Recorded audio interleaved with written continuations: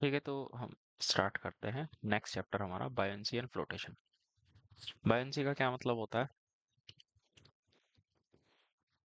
Buoyancy का मतलब होता है उत्प्लावन। उत्प्लावन का मतलब बेसिकली, बायोंसी का मतलब होता है किसी ऑब्जेक्ट को अगर हम किसी दूसरे लिक्विड में डालते हैं। जैसे ये कोई कंटेनर है, ठीक, जिसमें मैंने पानी भरा हुआ है, ठीक, और इसमें मैंने कोई ऑब्जेक्ट डाल दिया, ठीक। तो इसके ऊपर पॉइंट फोर्स लगेगी, मतलब ये ऊपर की तरफ उठ के आना चाहेगा। मान लीजिए इसका वॉल्यूम है V, ठीक। ये कोई हमारा सॉलिड है, जैसे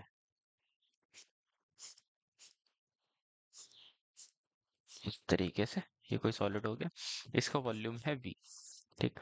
तो ये इसके ऊपर जो ऊपर की तरफ फोर्स लग रही है, जिसको हम बाइंड फोर्स बोलते हैं, वो किसके बराबर होती है? भाई ये जो वॉल्यूम है, इसी के बराबर आप एज्यूम करो पानी का वॉल्यूम, ठीक। वॉल्यूम ऑफ वाटर, मान लीजिए इसका वॉल्यूम है 10 सेंटीमीटर क्यूब। मान लीजिए स्टील का है ये, तो इसकी जगह आप एज्यूम करो 10 सेंटीमीटर क्यूब ऑफ वाटर, ठीक। अब इस 10 सेंटीमीटर क्यूब ऑफ वाटर का कितना वजन होगा?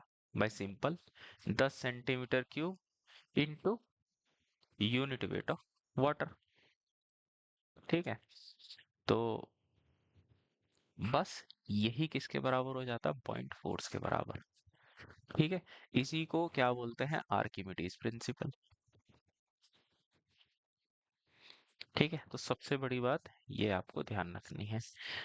आर्किमिडीज प्रिंसिपल क्या कहता है कि जो पॉइंट फोर्स होती है वो किसके बराबर होती है? Weight of volume displaced. जो पानी का आयतन उसने डिस्प्लेस किया, डिस्प्लेस का मतलब कितनी उसने पानी के आयतन की जगह ली, उसका वेट पानी की टर्म्स में, वही उसका क्या होता है? पॉइंट फोर्स होती है। चलो, ठीक है, तो ये हमने समझ लिया। Resultant force exerted on us by a static fluid, मतलब कि पानी जो कि ठहराव की स्थिति में है, which the body is submerged और फ्लोटिंग, जो कि जो बॉडी है सबमर्ज्ड है या तैर रही है, उसको हम क्या बोलते हैं? Bind force. बाइंड फोर्स किसके बराबर होती है? बाइंड फोर्स बराबर होती है नेट, ऊपर की तरफ जो फोर्स लग रही है, बराबर वेट ऑफ लिक्विड डिस्प्लेस। ये मैंने आपको समझा दिया, ठीक है। तो टोटल ऊपर फोर्स, वेट ऑफ लिक्विड, ठीक। ये डायग्राम बना लेना जो मैंने बनाया था।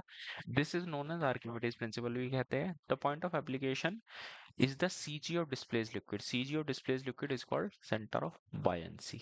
CG of displaced liquid मतलब center of gravity. अब जैसे क्या है, फॉर एग्जाम्पल, जैसे मैं कोई क्यूब बनाता हूँ, जैसे फॉर एग्जाम्पल आप ऐसे समझिए, ये कोई कंटेनर है, इसमें पानी भरा हुआ है, इसमें मैंने क्यूब डाल रखा है, लोहे का क्यूब है। तो इसका सेंटर बीच में होगा यहाँ पे, ठीक। तो जो पॉइंट फोर्स है, इसके सेंटर ऑफ ग्रेविटी से होकर गुजरेगी, ठीक है। अब दूसरी बात आती है, मान लीजिए कोई इस तरीके का कंपोज्ड मटेरियल है। कंपोज्ड मटेरियल का मतलब, जैसे फॉर एग्जांपल मैं इसका फ्रंट व्यू दिखाऊं, तो अभी मैंने पहले कैसा लिया था, पूरा ये आयरन का था। अब आपने कोई इस तरीके का ब्लॉक बना रखा है, जो कि आधा लकड़ी का है, आयरन और वुड, ठीक है। ये पार्ट लकड़ी लोहे का हो गया, ये वुड का हो गया। वास्तविक रूप में इसकी जो सेंटर ऑफ ग्रेविटी है या सेंटर ऑफ मास है, यहाँ कहीं होगा। भाई जिधर ज्यादा भार, उधर सेंटर ऑफ मास। लेकिन जब आप इसको पानी में डालोगे,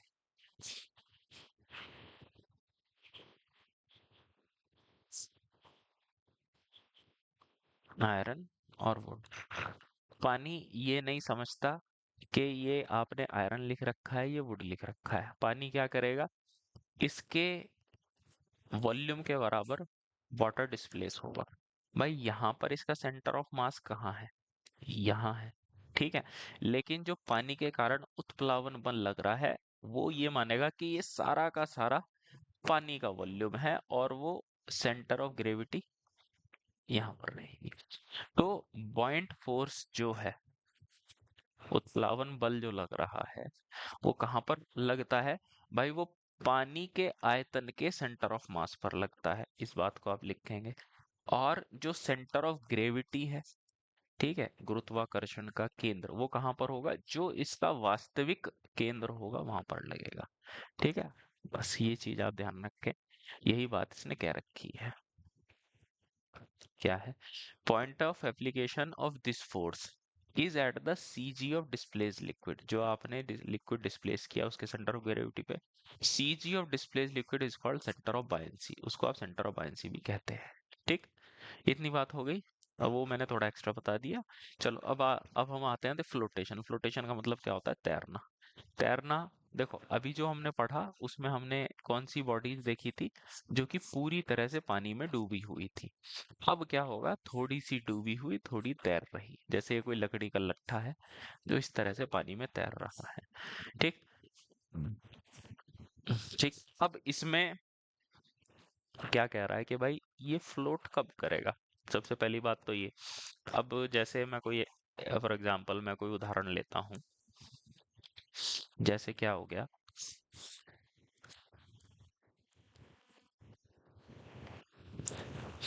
पहली बात, कोई चीज तैरती क्यों है?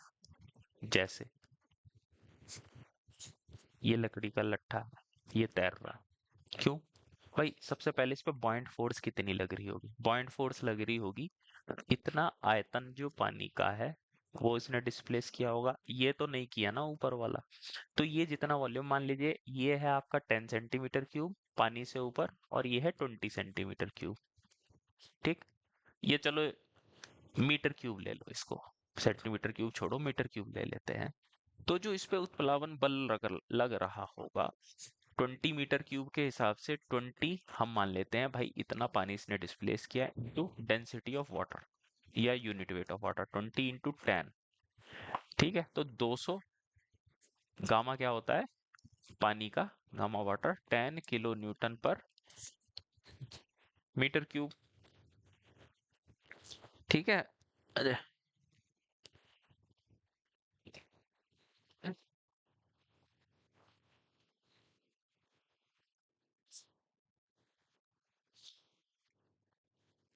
हम्म, तो इसका जितना भी वेट है, मान लीजिए इसका जो टोटल वेट है, इसका वेट है 100 किलो, ये 100 किलो न्यूटन, और उत्प्लावन बल या पॉइंट फोर्स कितनी लग रही है? 200 किलो न्यूटन, तो ये तैरेगा।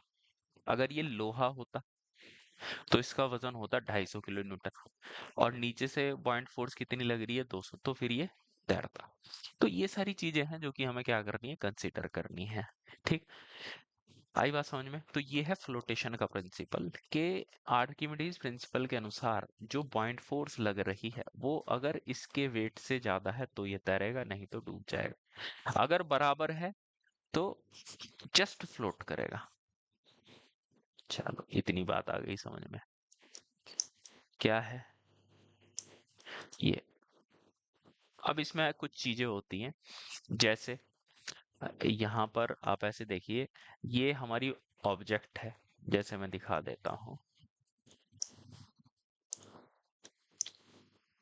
जैसे ये कोई कंटेनर हो गया, ये हो गया पानी, इसमें आपने क्या डाल रखा है? लकड़ी का लट्ठा डाल रखा है। ठीक, अब यहाँ पर क्या होता है भाई? देखो इसकी जैसे ये लकड़ी का कोई टुकड़ा है, इसकी सेंटर ऑफ ग्रेविटी कहाँ पर है? बिल्कुल बीच में, सिलेंड्रिकल है। अगर ये रेक्टेंगुलर ट्रायंगुलर होता तो यहाँ पर होती, जहां पे भी, वो आपको पता है।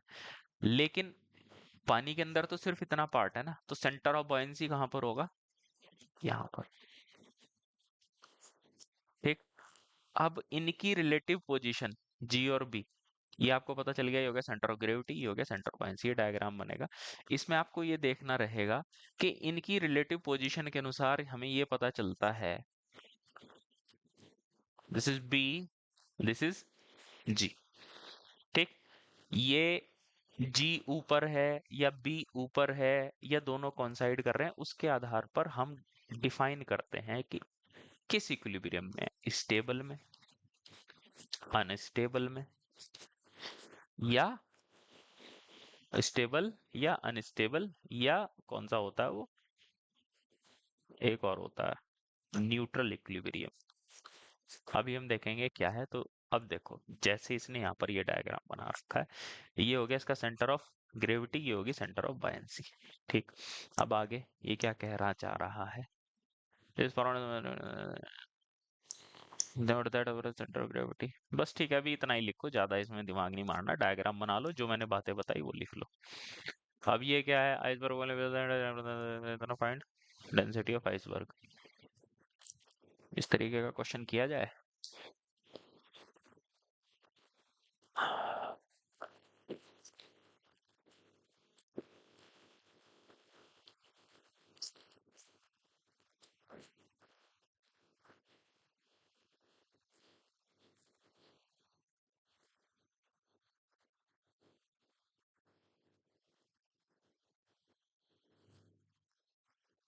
अभी इन क्वेश्चंस को रहने देते हैं, सीधे जो हम हमारे वो क्वेश्चन आएंगे उन पे चलेंगे।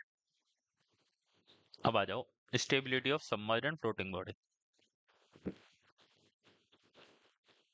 इसको बोलते हैं स्टेबल इक्विलिब्रियम, न्यूट्रल, अनस्टेबल। ये पानी से संबंधित नहीं है। स्टेबल इक्विलिब्रियम का क्या मतलब होता है, अगर मैं इस बॉल को छेड़ूं तो ये वापस अपनी पोजीशन पे कुछ समय बाद आ जाएगा। न्यूट्रल इक्विलिब्रियम क्या है, अगर मैं इसको छेड़ के यहाँ पे रख दूं तो ये यहीं पे रहेगी। अनस्टेबल इक्विलिब्रियम क्या है, जैसे ये बॉल यहाँ पर अभी खड़ी है, लेकिन मैंने इस पे हल्का सा टिक मारा तो ये अपना नीचे चली जाएगी। तो ये हो गया।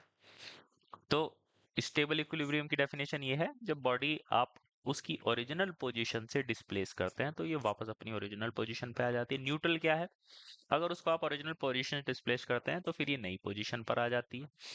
अनस्टेबल इक्विलिब्रियम की डेफिनेशन ये है। अब लीनियर एंड रोटेशनल स्टेबिलिटी, ये सब छोड़ो, लीनियर। देखो भाई,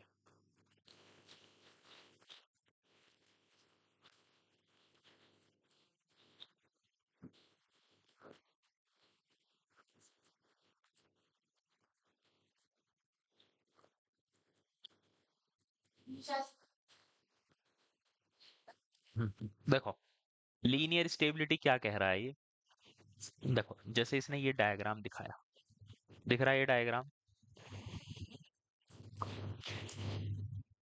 ठीक। पहले इसकी पोजीशन थी ये, जो इसने डॉट डॉट करके दिखा रखा है, ठीक। जैसे ही आपने इसको नीचे की तरफ डुबाया, ठीक, तो अब इसकी ये पोजीशन आ गई C1 और D, ठीक। अब ये इसकी नई पोजीशन है। अब क्या होता है, जैसे ही इसकी नई पोजीशन ये आई, अब पानी ज्यादा डिस्प्लेस कर दिया इसने, क्यों भाई अजय, जैसे ही इसने पानी ज्यादा डिस्प्लेस किया, V into gamma W, point force, भाई वॉल्यूम बढ़ गया, पॉइंट फोर्स का यही फॉर्मूला होता है, volume of water displaced into gamma W. V बढ़ा, तुरंत ऊपर की तरफ आएगा ये। जैसे मेरे पास ये कोई बलून है, अभी पानी सिर्फ यहाँ तक है, ठीक है, इसके आधे तक, जैसे ही मैं इसे नीचे डुबाऊंगा, ठीक है, तो पानी ये और ज्यादा डिस्प्लेस करेगा, पॉइंट फोर्स बढ़ेगी।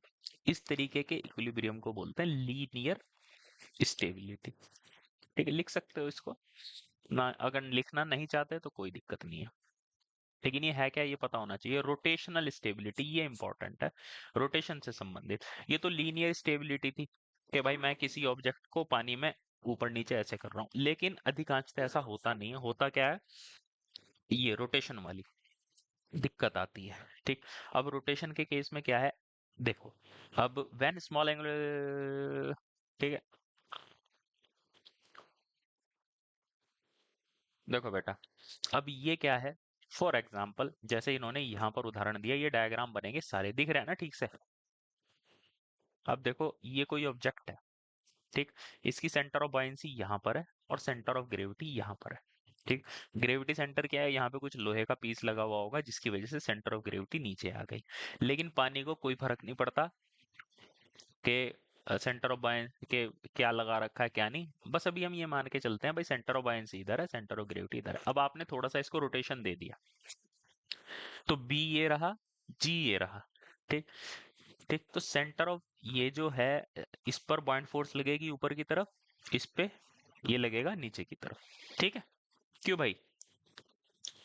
बाइंड फोर्स ऊपर की तरफ लगती है और ग्रेविटी, सेंटर ऑफ ग्रेविटी पे वेट नीचे की तरफ लगता है। अब आप देखो, जैसे ये है, इस पे एक फोर्स मैं ऊपर की तरफ लगा दूं, यहाँ पे ऊपर की तरफ, और ये नीचे की तरफ लगा दूं, तो जैसे ही ये डिस्प्लेस होगा तो तुरंत ये अपनी पोजीशन में आ जाएगा, है ना? जैसे ये है, मैं इसको ऊपर खींचूं और इधर से नीचे खींचूं, ये अपनी पुरानी पोजीशन में आ गए। ठीक, इसको बोलता है रीस्टोरिंग कपल। तो हमारी नाव जो है ऐसी ही होनी चाहिए, जिसमें सेंटर ऑफ बायंसी ऊपर हो, सेंटर ऑफ ग्रेविटी, क्योंकि अगर वो ऐसे ऐसे होए तो फिर वो वापस अपनी पोजीशन में आ जाए। बस हो गया हमारा। ठीक है, अब हम देखते हैं तीन चीजें इसमें स्टेबल, ये सारे आपको याद होने चाहिए।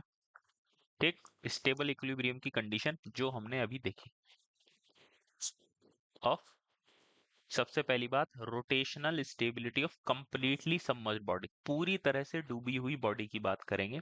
सबसे पहले आता है स्टेबल इक्विलिब्रियम, जो अभी थोड़ी देर पहले अभी अभी देखा हमने। ये लकड़ी है और ये मेटल है, लोहा।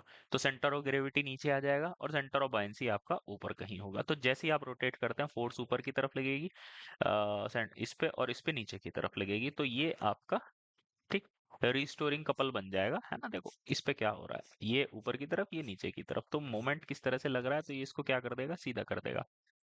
For stable equilibrium G should be below B.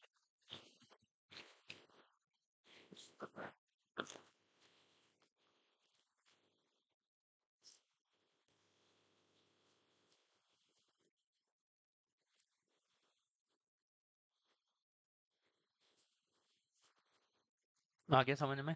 Stable equilibrium के लिए जी जो है बी से नीचे होना चाहिए। ठीक, अब आते हैं अनस्टेबल, इसमें उल्टा हो जाएगा।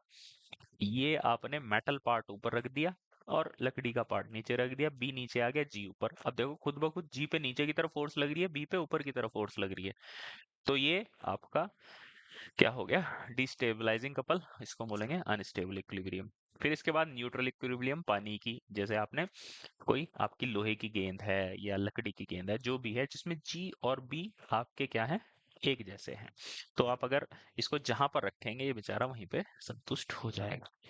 बस इतना था हमारा। फिर इसके बाद लीनियर स्टेबिलिटी। लीनियर स्टेबिलिटी में ऐसा तो कुछ नहीं है, इन्होंने लीनियर स्टेबिलिटी का इतना कहा भी नहीं। ये सारे पॉइंट्स आप लिख लेना। Submerged body is in neutral equilibrium against linear displacement. अच्छा, चलिए, floating floating body is in stable equilibrium against vertical displacement and is, देखो इसने कहा कि लीनियर स्टेबिलिटी की अगर आप बात करो, अगर कोई सबमर्ज्ड बॉडी है, ठीक, तो ये न्यूट्रल इक्विलिब्रियम में रहती है। भाई ये सबमर्ज्ड क्यों हुई? क्योंकि इसका जो वेट है और जो पॉइंट फोर्स है वो दोनों बराबर है। तो इसको मैं अगर नीचे की तरफ ले जाता हूँ तो वो न्यूट्रल इक्विलिब्रियम में रहेगी, ऐसा तो है नहीं, क्योंकि ये पहले से ही सबमर्ज्ड है। तो आई बात समझ में, न्यूट्रल इक्विलिब्रियम में। अब आगे देखो, linear stability of floating body, floating का मतलब तैरती हुई body, floating body is in stable equilibrium against vertical displacement. अगर बॉडी आपकी फ्लोटिंग है, वही वाला केस जो अभी थोड़ी देर पहले देखा था, मैं इसको नीचे खिसकाऊंगा तो पानी का आयतन बढ़ जाएगा, वी गामा डब्ल्यू बढ़ जाएगा, वॉल्यूम बढ़ जाएगा, तो पॉइंट फोर्स बढ़ जाएगी, तुरंत इसको ऊपर की तरफ उछाले। आगे आ जाओ, rotational stability of floating body, जो हमारी फ्लोटिंग बॉडी है उसकी rotational stability. The floating body will be in stable equilibrium against rotation. अब हम आ जाते हैं नेक्स्ट कंसेप्ट पे, ये इंपॉर्टेंट है थोड़ा सा, इसमें मेटा सेंटर का कंसेप्ट आ जाता है।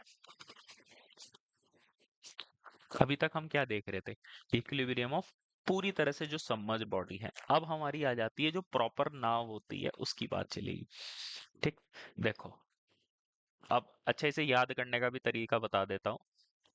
जैसे कई बार बच्चे भूल जाते हैं ना कि किस तरह से याद करना होता है। अगर आपकी पूरी तरह से सबमर्ज बॉडी है, देखो दो चीजें हैं इसमें, बी और जी। ये है बी और ये हो गया जी। ठीक है, मैं ऐसे याद रखता था इसे, जी से होता है घर और बी से होता है बाप। अगर घर वाले बाप की बात मानते हैं तो घर स्टेबल चलता है। ठीक, तो बस ऐसे याद रखो। और जहां पे ठीक है, तो बस मतलब अब इसका नाम ही बाप है तो फिर ऊपर तो रखना ही पड़ेगा इसे। बस इतना ही हो जाएगा, यहीं से याद रहेगा। और जहां पे जी ऊपर गया और बाप नीचे आया, वहीं पे ये मामला गड़बड़ हो जाएगा। और जैसे ही यहाँ पे मेटा सेंटर आ जाएगा, मतलब माँ, ठीक, तो फिर माँ की बात, बाप को भी माँ की बात सुननी पड़ती है। तो जब मेटा सेंटर वाला हो जाएगा तो फिर एम को ऊपर रखेंगे। ठीक है, तो ऐसे हमेशा याद रहता है ये, नहीं तो भाई एग्जाम में जाके फिर बच्चा वहां जाके ये सब नहीं कर पाता कि अच्छा बी यहाँ रहेगा तो फोर्स ऊपर जाएगी, जी यहाँ रहेगा तो फोर्स नीचे जाएगी, फिर इक्विलिब्रियम ऐसे आएगा ना। वहां पे बस आपको ये पता होना चाहिए बाप ऊपर है तो घर ठीक है, बस इतने से हो जाएगा। इसमें देखो, इसमें मेटा सेंटर का कंसेप्ट है, इसमें देखो ये माँ ऊपर है, गुड, ठीक, माँ बीच में आ गई, अनस्टेबल हो गया। ठीक है, चलो देखते हैं अब। फ्लोटिंग बॉडी क्या है इसमें? Floating body will be in stable equilibrium, stable equilibrium against rotation if B is above G. This was also the condition for submerged body. ये कह रहा है कि अगर बी आपका जी से ऊपर है तो हमारा स्टेबल इक्विलिब्रियम रहेगा। यही केस हमारा सबमर्ज्ड बॉडी के केस में भी था, लेकिन इसमें एक थोड़ा सा नया कंसेप्ट आ जाता है जिसको बोलते हैं meta centre. However, a floating body can remain in stable equilibrium against rotation even if B is below G. This is the shown in the, मतलब कि ये कहता है कि एक ऐसी कंडीशन भी आती है जिसमें B आपका अगर G से नीचे भी हो जाए तो भी वो इक्विलिब्रियम, स्टेबल इक्विलिब्रियम में रहेगा। यहाँ पे B और G के साथ साथ एक नया कंसेप्ट आ जाता है, मेटा सेंटर। अब ये मेटा सेंटर क्या चीज होती है भाई? जैसे ये देखो, ये है हमारी पहली फिगर जिसमें बी और जी ऊपर है, अपना नॉर्मली रखा हुआ है ये, ठीक है, इसमें कोई इशू नहीं है, ठीक। अब आप इसको छेड़ देते हो थोड़ा सा, आपने रोटेशनल डिस्प्लेसमेंट दे दिया। अब देखो क्या होगा, जैसे आप इसको रोटेशन डिस्प्लेसमेंट देते हो तो क्या होगा, ये जो पानी डूबा हुआ था, अब वॉल्यूम ऑफ वाटर डिस्प्लेस इसका थोड़ा सा क्या हो गया, चेंज हो गया, है ना, इसका वॉल्यूम थोड़ा चेंज हो जाएगा, ठीक। अब जैसे ये वॉल्यूम चेंज होता है तो इसका सेंटर भी बदलेगा, यहाँ पे थोड़ी रहेगा। अब ये क्यों? क्योंकि ये पानी यहाँ पर एक्स्ट्रा आ गया, मतलब ये जो वॉल्यूम डिस्प्लेस कर रहा है तो इसकी वजह से ये जो है बी, ये यहाँ पर आ गया, ठीक। अब ये क्या करेगा सीधे, अब पॉइंट फोर्स पे जो एफ बी लगता है ऊपर की तरफ लगता है, ठीक। अब जो इसकी ये जो सेंट्रोइड, ये जो पहली जो लाइन जा रही थी जी और बी को मिलाने वाली, ये जो पॉइंट फोर्स की लाइन ऑफ एक्शन है, जो नया पॉइंट सेंटर है, उससे तुम सीधी या एफ बी की डायरेक्शन में जो रेखा खींचते हो और ये जहां पर मिलती है इस पुरानी लाइन से जाके, इसी को बोला जाता है मेटा सेंटर, ठीक। आई बात समझ में? ठीक, तो इसको हम बोलेंगे स्टेबल इक्विलिब्रियम रीस्टोरिंग कपल, ठीक। तो ये हमारा स्टेबल इक्विलिब्रियम हो गया। आई बात समझ में? यहाँ पर हम किस आधार पर देखते हैं? यहाँ पर हम देखते हैं मेटा सेंटर और जी के आधार पर, ठीक। कई बार देखो ऐसा जरूरी नहीं है भाई, देखो बी और जी, ठीक, अगर ये सिचुएशन है तो कोई दिक्कत नहीं है, बहुत बढ़िया। लेकिन कभी कभी ऐसा भी होता है, जी इधर है, बी इधर है, तो भी स्टेबल इक्विलिब्रियम मेंटेन रहता है। तो इसलिए इस तरीके के क्वेश्चन अगर आपसे पूछे जाएंगे तो इसमें जी और बी के साथ साथ मेटा सेंटर का जिक्र किया जाएगा, ठीक। तो अगर इसमें इस तरह अधिकतर है, इस तरह से पूछा जाएगा, बी आपका नीचे है, जी बीच में है, अगर मेटा सेंटर इन दोनों से ऊपर है तो इक्विलिब्रियम रहेगा स्टेबल, ठीक। जैसा ही मेटा सेंटर बीच में आया, माँ बीच में आई, मामला हो गया गड़बड़, ठीक है। देखो यहाँ पर देखो, जो पहले तो इसी पे देख लो, यहाँ पर जो हमारी कपल बन रहा है, कैसा बन रहा है, ठीक, ये, ठीक, ऐसा बन जाएगा। यहाँ पर जैसे m नीचे आया तो ये हमारा कैसा हो गया, ठीक, अनस्टेबल इक्विलिब्रियम हो गया, वेट नीचे की तरफ एक्ट कर रहा है, इस तरीके से एक्ट कर रहा है, तो ये इसको क्या कर देगा, गिरा ही देगा। फिर इसके बाद न्यूट्रल इक्विलिब्रियम, न्यूट्रल इक्विलिब्रियम में क्या है भाई, ये बी और जी दोनों की लाइन ऑफ एक्शन क्या कर गई, मैच कर गई, इसको हम बोलेंगे न्यूट्रल इक्विलिब्रियम।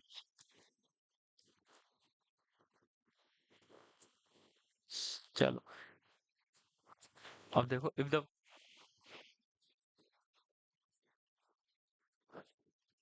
देखो जरा अब ये आगे क्या बता रहा है।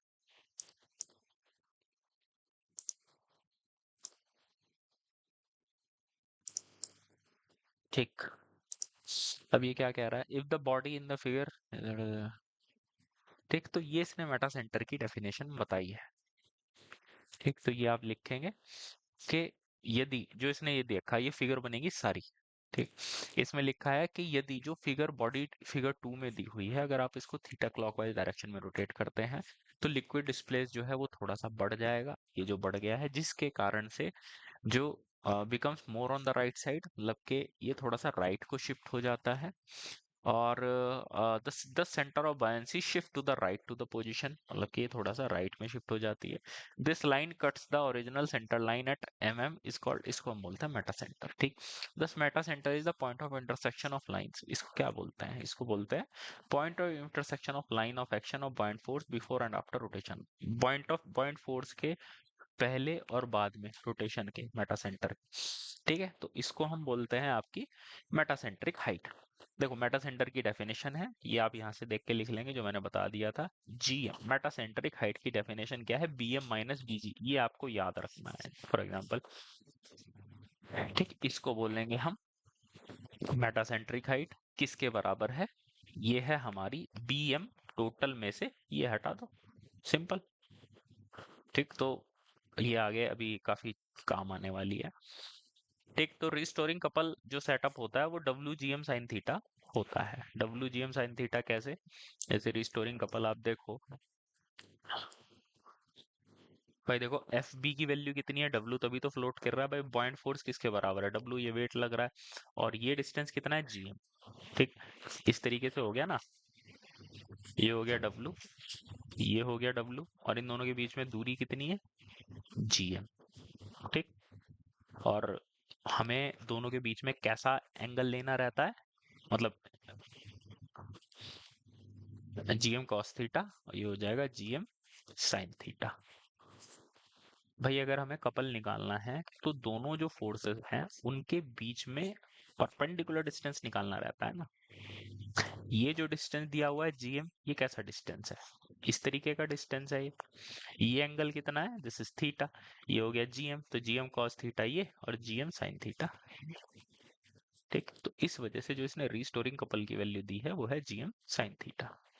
तो जैसे जैसे आप थीटा बढ़ाते चले जाएंगे, रिस्टोरिंग कपल भी बढ़ता चला जाएगा। ठीक, अब आगे इसने देखो, अगर एम जी के ऊपर है, रिस्टोरिंग कपल पैदा होता है, इसको हम स्टेबल इक्विलिब्रियम कहते हैं। अगर एम बी और जी के बीच में है तो इससे हमारा अनस्टेबल इक्विलिब्रियम पैदा हो जाता है। अगर एम जी कोइंसाइड कर रहे हैं तो कोई मोमेंट नहीं डेवलप होता, इसको हम न्यूट्रल इक्विलिब्रियम कहते हैं। ठीक है, अब आगे देखो, position of M changes theta changes, जैसे एम है उसकी पोजीशन क्या होती है, चेंज होती है जैसे कि थीटा चेंज होता है। हाउएवर फल, अब देखो ये क्या कह रहा है भाई, एम की पोजीशन चेंज होती है, however for hull shape of C position of M is consider to be fixed point, इसको छोड़ो, 20 डिग्री सेल्सियस लिख रखा है, 20 डिग्री, ये कह रहा है कि भाई थीटा के साथ एम की पोजीशन चेंज होती है, लेकिन जो शिप की शेप है इस तरीके से बनाई जाती है कि रोटेट करने पर एम की पोजीशन चेंज ना हो। खैर हमारे काम का पॉइंट नहीं है ये, आगे चलते हैं। ठीक, ये अब इसने हर सारी चीजें, ठीक, अगर बी जी के ऊपर है, स्टेबल इक्विलिब्रियम, कोई दिक्कत ही नहीं। अगर बी जी के नीचे है तब थोड़ी सी दिक्कत आ जाती है। अगर एम जी से ऊपर है, स्टेबल इक्विलिब्रियम, इसका मतलब क्या हो गया, बी एम और बीजी, बी एम आपका बीजी से बड़ा है, जी एम आपका पॉजिटिव हो गया, यहाँ पे आप बना लो। ठीक, क्या था, ये हो गया एम, ये हो गया जी, और ये हो गया बी। ठीक, इस तरीके की सिचुएशन है कि भाई अजय, ऐसा मैंने एक रफ डायग्राम बना लिया। अगर m आपका g से ऊपर है तो bm, जो bm की वैल्यू है वो bg से बड़ी होगी, स्टेबल। कई कई बार ऐसे भी पूछा जाता है, कई बार ऐसे भी पूछा जाता है, कई बार ऐसे भी पूछा जाता है, तीनों का मतलब सेम। तो gm आपका किसके बराबर हो गया, mb माइनस bg के, तो पॉजिटिव हो गया। अगर b बिलो g है फिर तो भाई अनस्टेबल ही अनस्टेबल है, माँ नीचे आ गई तो मामला गड़बड़ हो गया। bm लेस देन mg, ठीक, तो ये हो गया अनस्टेबल। ठीक, तो और ये आपका न्यूट्रल इक्विलिब्रियम। ठीक, अब आगे जो रीस्टोरिंग कपल है उसका फॉर्मूला हमने देख लिया था, डब्ल्यू साइन थीटा। ठीक, जितनी ज्यादा जीएम होगा मेटासेंट्रिक हाइट जितनी ज्यादा होगी उतनी ही बॉडी की स्टेबिलिटी ज्यादा होगी। भाई आप यूं करोगे वापस आ जाएगा। अब देखो जीएम में भी पंगे हैं। जो देखो दो तरीके के शिप बनाए जाते हैं, एक तो क्रूज शिप बनाए जाते हैं, जो बड़े बड़े महंगे महंगे शिप होते हैं जिसपे पार्टी वगैरह की जाती है, उसमें जीएम को कम रखा जाता है ताकि अगर शिप थोड़ा सा टेढ़ा हुआ तो बड़े प्यार से वो वापस अपनी पोजीशन में आ जाए। ठीक है, लेकिन और लोगों को ज्यादा दिक्कत ना हो। ठीक है, सस्पेंशन तरीके की बात होगी, जैसे सस्पेंशन होता है ना गाड़ियों का। ठीक है, महंगी गाड़ी है, मर्सिडीज है, उसमें जा रहे हो तो बड़े झटके महसूस ही नहीं होने के। लेकिन जो वैसे शिप होते हैं, कैसे वाले, जो आर्मी या नेवी इस्तेमाल करती है, वहां पे जीएम को काफी ज्यादा रखा जाता है। क्यों? क्योंकि वहां पे कंफर्ट हमें नहीं चाहिए, हमें सेफ्टी चाहिए कि भाई ये अगर ऐसे भी हो गया तो वापस अपनी पोजीशन पे आ जाए, तुरंत आ जाए। और आई बात समझ में? चलो, एक वो जिसने क्वेश्चन दिए हुए हैं, ये क्या है?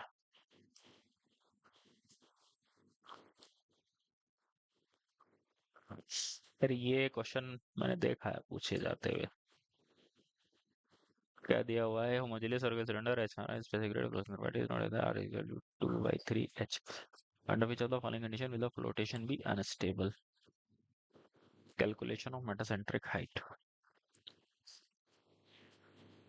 इस क्वेश्चन को लिख लेना। ठीक है जी। देखो, लिख लेना का मतलब जस्ट आंसर नोट कर लेना। ये चलो जब क्वेश्चन आएगा, क्योंकि मैंने कई जगह देखा है बहुत पूछा जाता है यार। क्योंकि इसमें क्या है, अगर आप इसे सॉल्व करने बैठ जाओगे तो फिर ही सॉल्व नहीं हो पाएगा। देखो ये क्या है, लिख लेना इसको। कोई सर्कुलर सिलेंडर है जिसकी हाइट h है, रेडियस r है। Height h, radius r, specific gravity s है, पानी में तैर रहा है। जो r और h के बीच में ये रिलेशन है, जो r है हाइट का 2/3 है, under which one of the following condition, unstable equilibrium के लिए। ठीक है, अनस्टेबल इक्विलिब्रियम क्या होता है? bm less than bg। अच्छा, ये अभी तुम्हें bm और bg तो बताया ही नहीं कैसे कैलकुलेट होता है। ठीक, under which of the following condition will flotation be unstable. ये पूछ रहा है कि अनस्टेबल होने के लिए फ्लोटेशन की क्या कंडीशन है। इसमें सीधे आंसर लिख लेना ये, अगर स्पेसिफिक ग्रेविटी इतने से इतने तक है तो ये अनस्टेबल होगा। चलो अब आगे देखते हैं। अब आता है कैलकुलेशन ऑफ मेटासेंट्रिक हाइट। ये डायग्राम बनेगा पूरा का पूरा, इसी से समझ पाओगे। ठीक, अब जीएम बराबर क्या होता है? बीएम माइनस बीजी। ये हम पढ़ चुके हैं, बीएम माइनस बीजी। जैसे मैं अगर यहाँ पे एक छोटा सा डायग्राम बना दूं, जी इधर है, नहीं, सबसे ऊपर क्या होनी चाहिए? माँ, फिर होना चाहिए घर। ऐसे ही होता है। हाँ, ऐसे ही होता है। अब की बार पिताजी सबसे नीचे आ जाते हैं। ठीक है, क्योंकि कंट्रोल माँ के हाथ में है। जी एम बराबर हो गया आपका बी एम माइनस बीजी। ठीक, ये लिख लिया। BG can be easily calculated once we know the position of centre of buoyancy and. BG को आप आराम से कैलकुलेट कर सकते हो अगर आपको सेंटर ऑफ, भाई बीजी तो सही सी बात है, अगर आपको इसकी लोकेशन पता है, इसकी लोकेशन पता है, तो आप बीजी इजीली कैलकुलेट कर सकते हो। और बीएम जो है ये थोड़ी सी दिक्कत करता है। भाई सेंटर ऑफ ग्रेविटी कैसे पता करोगे? भाई ये मेरा ऑब्जेक्ट है, इसका सेंटर यहाँ पर होगा। बॉइंट फोर्स कैसे पता करोगे कि भाई पानी यहाँ तक है ना? भाई पानी अगर यहाँ तक है भरा हुआ तो ऑब्वियस सी बात है जहां पर उसका सेंटर होगा वो हो गया। लेकिन जो बीएम है, ठीक, ये किस पे डिपेंड करता है? Depend on axis of rotation of floating body. जो हमारी फ्लोटिंग बॉडी है उसके एक्सिस ऑफ रोटेशन पर निर्भर करता है। अब ये है हमारी नाव, ये यहाँ तक पानी में ऐसे तैर रही है। अब इसके एक्सिस देख लो, क्या क्या एक्सिस है, हमें क्या क्या। ठीक है, ये हो गया लॉन्गिट्यूडनल एक्सिस, ये हो गया ट्रांसवर्स एक्सिस। ठीक, अब फिर वही बेंडिंग वाला फंडा आ जाता है इसमें। अब ये हो गया rotation about Y Y axis is called rolling. ये जो एक्सिस है इसके अबाउट अगर रोटेशन हो रहा है, जैसे ये इसने दिखा रखा है वाई वाई एक्सिस, तो ये किस तरह से रोटेट हो रहा होगा? Like this. समझ पा रहे हो? ठीक है, जैसे ये मेरा हाथ हो गया लंबा वाला, ये तो ऐसे ऐसे जो हो रहा है। ठीक है, इस मींस किस डायरेक्शन में? इस डायरेक्शन में जो रोटेशन है उसको बोलते हैं रोलिंग। और एक्सेस अबाउट, भाई साहब बहुत पूछा जाता है तो इसको लिख लेना। और ट्रांसवर्स डायरेक्शन में, ट्रांसवर्स डायरेक्शन में जो रोटेशन हो रहा है मतलब लाइक दिस, इसको बोलते हैं पिचिंग। ठीक है, जैसे ये मेरा प्लेन हो गया, तो ऐसे ऐसे। ठीक, कैसे? ये तो हो गया रोलिंग। ऐसे देखो, ये तुम्हारे सामने है, ये हो गई रोलिंग, और ये हो गई पिचिंग। ठीक, अब देखो, ये वाला जो एक्सिस है, इसके अबाउट मोमेंट ऑफ एरिया बहुत ज्यादा होगा। भाई कैसे निकालोगे? BD³/12, है ना? ये देखो, ये जो है कितना बड़ा है, ये होगा करीब 100 मीटर, और ये होगा आपका 10 मीटर, मान लीजिए। तो BD³/12 एक्स एक्स एक्सिस की डायरेक्शन में बहुत ज्यादा आएगा, और वाई वाई एक्सिस की डायरेक्शन में कम आएगा। ठीक, अभी हम चलते हैं, तो BM हो जाएगा I/Y। ठीक, और GM हमारा क्या होता है भाई? देखो, GM हो जाता है हमारा BM माइनस BG ना। भाई देखो, BG को तो आप छेड़खानी नहीं कर सकते, और BM जो है आपका क्या है? I/V। ठीक, अब I/V जो है मैं दो ले सकता हूं। अब I मेरे पास दो हैं, कौन कौन से? एक तो बड़े वाला IXX, और एक छोटे वाला। क्यों भाई अजय, आ रही है बात समझ में? ठीक है,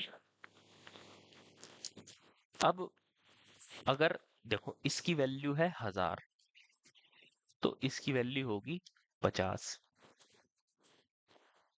सिविल इंजीनियरिंग में क्या फंडा होता है? हम चीजों को कमजोर मान के चलते हैं, ताकि हमारा हम एक स्ट्रॉन्ग सब्जेक्ट बना सकें। यह सिंपल सी बात है। खतरा किस में है? खतरा हमारा इसमें है ना, 50 वाले में। भाई, जो अगर हमारा शिप डूबेगा तो ऐसे पलट के ही तो डूबेगा, लंबाई की दिशा में थोड़ी ना डूबेगा, है ना? तो हम इस वाले को कंसिडर करके चलते हैं, I/Y वाले को। ठीक, तो BM अधिकतर अधिकांशतः क्या लिया जाता है? I हो गया moment of inertia of plain area at the level of liquid surface. ये बात भी ध्यान रखनी है, यहाँ पर मोमेंट ऑफ एरिया कहाँ पर लिया जाएगा? इस एक्सिस के अबाउट, यहाँ पर नहीं, टॉप का नहीं, यहाँ का, नीचे का लिया जाएगा, यहाँ का। ठीक है, जरूरी नहीं कि ये और नीचे वाला सेम हो। ये कह रहा है कि जहां पर पानी की सतह है, वहां पर जो एरिया है, उसका आपको मोमेंट ऑफ एरिया लेना है, चाहे एक्स एक्स की डायरेक्शन में लो, चाहे वी वी है volume of liquid displace by the body. Plan area at the liquid surface, अब इसने IXX आप जानते हो, BL³/12। अब आप देखो, ये कह रहा है कि भाई जो IXXX है वो ज्यादा है, तो पिचिंग के लिए BM हो गया इतना, रोलिंग के लिए हो गया इतना। ठीक, सिंस अभी देखो आगे, BM पिचिंग के लिए BM की वैल्यू ज्यादा होती है, और BM रोलिंग के लिए कम होता है। Hence most critical condition stability, जो सबसे क्रिटिकल कंडीशन है, is analysed by using BM for rolling. Rolling ये वाला जो है, उसके लिए हम BM की वैल्यू लेते हैं, because metacentric height will be smaller, क्योंकि मेटासेंट्रिक हाइट क्या हो जाएगी? कम हो जाएगी। GM बराबर हो जाएगा BM माइनस BG। ठीक है, आई बात समझ में? बस simple. If a shape is safe in rolling, अगर शिप हमारा रोलिंग में सेफ है, तो ये आपका पिचिंग में भी सेफ होगा। The various movement of ship, बस अब आ गया समझ में? अगर रोलिंग में सेफ है तो पिचिंग में तो कोई दिक्कत ही नहीं है। ठीक, क्या क्या मूवमेंट है ये भी आप लिख लीजिए। जैसे ये हो गया आपका रोलिंग। ठीक, ऐसे ऐसे रोल हो रहा है, इस डायरेक्शन में अगर मूव हो रहा है आगे पीछे, तो इसको पिचिंग बोलेंगे। अगर आगे की तरफ चल रहा है, उसको बोलते हैं सर्जिंग। सर्ज मतलब जिस डायरेक्शन में उसे जाना चाहिए, उसको बोलते हैं सर्जिंग। लेकिन अगर साइड में शिफ्ट हो रहा है, तो उसको बोलेंगे स्वेइंग। स्वे। ठीक है, जैसे गाड़ी है हमारी, सीधे चलने की बजाय साइड में शिफ्ट भी होती चली जा रही है, उसको स्वे बोलेंगे। अब एक होता है याइनिंग, यॉनिंग। यॉनिंग का मतलब क्या है? जैसे ये मेरा ये है, ये ऐसे रोटेट करने लग जाए। ठीक, और हीविंग का मतलब, हीव का मतलब होता है ऊपर उठना, ऐसे ऊपर की तरफ। आ गई बात समझ में? ठीक है अजय, तो जब हम क्वेश्चन करेंगे तो और अच्छे से क्लियर होगा। टाइम पीरियड ऑफ ऑसिलेशन, भाई टाइम पीरियड ऑफ ऑसिलेशन का फॉर्मूला याद कर लीजिए। ठीक, ए ship can be considered, time period of oscillation कैसे? जैसे पेंडुलम है ना, इसके अगर मैं इसको थोड़ा सा छेड़ दूं तो ये वापस अपनी पोजीशन में आ जाता है, तो इसका टाइम पीरियड होता है T = 2π√L/g। ऐसा फॉर्मूला कुछ होता है, तुमने शायद पढ़ा भी होगा। तो इसी तरीके से इसको भी कैलकुलेट किया जाता है। कहाँ गया फॉर्मूला? ये, भाई इसको याद कर लो। ठीक है, ये आया कैसे? नहीं, ये वाला। T is equal to 2 pi under root I upon W G M. ठीक, अब इसने बातें बता रखी है यहाँ पे, ये बात आपको लिखनी रहेगी जो मैंने आपको थोड़ी देर पहले बताई थी। ये टाइम पीरियड ऑफ रोलिंग है। ठीक है, I is about the axis of rotation, rolling और पिचिंग। भाई हम रोलिंग का लेके चलते हैं तो ये comfort in ship is more when the time period is large. अगर आपका टाइम पीरियड लार्ज है, ठीक है, मतलब मैंने शिप को ऐसे किया, रोल किया, तो बड़े प्यार प्यार से वो सीधे आ रहा है। ठीक, hence for greater comfort for a given I GM should be less. तो जीएम आपका क्या होना चाहिए, कम होना चाहिए। ठीक है, अब जो इन्होंने कह रखा है उस बात को हम मान के चलेंगे, क्योंकि अगर जीएम कम है तो टी क्या हो जाएगा, बढ़ जाएगा। ठीक है, टी आपका ज्यादा होना चाहिए। अब देखो जैसे क्या है ना, सस्पेंशन की बात है, जैसे मैं कार चला रहा हूँ, कोई झटका आया, ठीक है, जैसे ही झटका लगा मुझे भी झटका फील हुआ। लेकिन कोई महंगी गाड़ी है, मर्सिडीज वगैरह, जा रहे हैं बहुत धीरे से, पता ही नहीं चल रहा है कुछ हो रहा है। ठीक, जैसे जीएम आप कम करते हो तो स्टेबिलिटी कम हो जाएगी। ठीक, hence without compromising on stability, if comfort is to be increased, the size of the ship should be made large so that moment of inertia I increase and thus time period increases। देखो ये क्या कह रहा है, चलो पहले नीचे की बातें देख लेते हैं। जैसे पैसेंजर शिप है, ठीक, जीएम आपका कम होता है, balance between stability and comfort, stability और कंफर्ट के बीच में बैलेंस बना लेते हैं। कार्गो शिप है, जीएम मोर होता है, स्टेबिलिटी प्राइम कंसर्न है। कार्गो शिप मतलब जिसमें मालवाहक वाहन जिसे बोलते हैं, ठीक, तो उसमें स्टेबिलिटी चाहिए, उसमें कोई आदमी बैठ के नहीं जा रहा है। अब देखो इसने क्या कहा कि अल्टीमेट फंडा क्या है, कंफर्ट। अगर टाइम पीरियड लार्ज हो, टाइम पीरियड आपको करना है लार्ज, तो क्या कर सकते हो, जो जीएम है या तो उसे कम करो। अगर जीएम कम करोगे तो स्टेबिलिटी कम हो जाएगी, वो भी आप नहीं चाहते। तो आई को बढ़ाओ, आई के लिए आपको क्या करना पड़ेगा, क्षेत्रफल बढ़ाना पड़ेगा। ठीक, तो ये यही कह रहा है।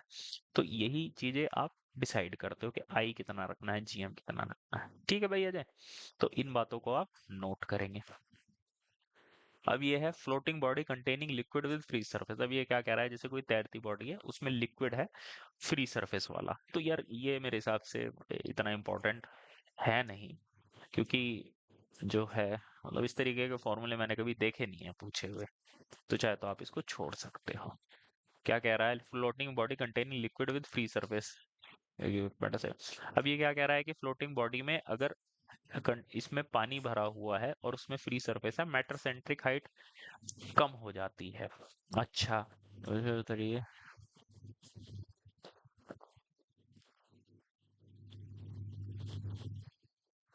इसको हम छोड़ ही देते हैं, इसको रहने दो।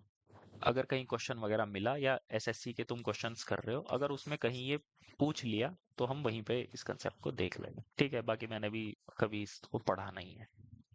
ठीक है, चलो तो फिर मिलते हैं अपनी नेक्स्ट क्लास में। ठीक है अजय, कल मिलते हैं। ठीक, कल थोड़ा जल्दी 7:30 के आसपास स्टार्ट कर देंगे। ठीक है, चलो, इससे अगले चैप्टर के क्वेश्चन भेज दिए थे। ठीक, नेक्स्ट चैप्टर कौन सा है?